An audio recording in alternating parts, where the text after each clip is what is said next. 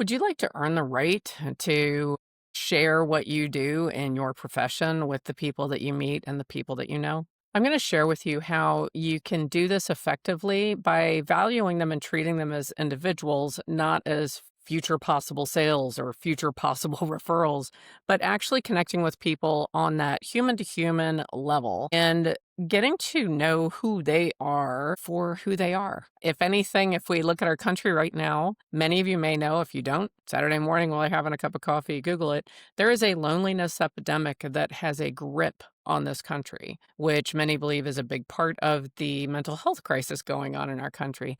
So wouldn't it be fantastic to actually build more relationships? It's a win-win if you do it from curiosity and a genuine place of, I am going to get to meet and know the people in my world. If it works out that our paths cross in terms of my level of expertise and needs they may have, great. If they don't, also great. I am making friends and connections that are meaningful and real. So let's jump into how to do that. So most of us do have opportunities that we encounter in everyday life. You may go to an office, you may have children that are in school, you may be part of a wine group or a hiking group, you may be in a car club. I'm in a Mini Cooper club that I adore. You may have regular restaurants or regular places that you go, may be involved in a church or you may be involved in a charitable organization. There's so many places where you may be encountering people. If you happen to be in sales, if you're in real estate or have your own insurance company, or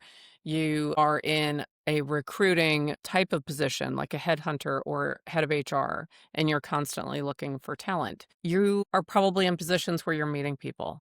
And it's an easy trap to fall into that when you meet people, you may have a radar screen running of they could be a future client or they could be a future hire, or I wonder if they might want to use me in the future. Why not set all that aside? To me, that is, if you're first meeting someone and those are your first thoughts, that is as if you're going on a first date and you're coming out of the gate saying, well, I want to get married and have kids, or I don't want to have kids, or what do you think about moving across country? Like it's way too much too soon, and it's off-putting. We are instinctual creatures, and we pick up on vibes. We pick up on unspoken agendas. I'm sure you would agree with me. So if you can set that aside and say, today I'm going to meet people, and I'm going to find out about them, and I want to know more about them. And as I mentioned, come from curiosity and a genuine space of meeting people for who they are and learning more about them.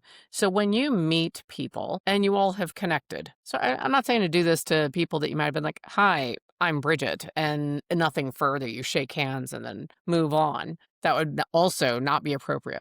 But if you actually connect with somebody and you're highly busy as a CEO, a leader, a business owner, a full-time salesperson, a rainmaker, you're in leadership, whatever it is you're doing, it's very easy to get wrapped up in the fires you're putting out every day and the priorities of current clients and current transactions. So you get very wrapped up in what's happening right now. And you can have a great connection with someone that you were truly curious about. And then next thing you know, 4 weeks have gone by. And then you're like, oh, wow, I never followed up with, Betty Lou. So this is a way that you can make sure you are enhancing and creating an opportunity for those relationships to become real based on the people you meet. When you meet them, I encourage my clients to meet people with the point of view that you want to learn something interesting about them and you want to learn something that they are passionate about. So that way you're asking questions that are truly about the individual. Make sure that you're genuinely curious and look for clues where you are, where you're meeting them, and anything you may pick up about them. And be genuinely curious to find out what makes this person who they are. If you've had that connection and it is someone that you would like to get to know better, then have reminders and time set aside every week where you will actually follow through on these activities. There's some examples here that essentially over the next 8 weeks, you want to make sure that you set that time aside and you have some type of connection with someone that you would like to have a relationship with. You could send them a nice to meet you text or a direct message if you connected on social media. You could friend them on social media if you had not done that yet. You could comment on their socials, give them a quick phone call, ask them for coffee, but have in your mind that once a week you're going to think about the people you've met in the last 2 months.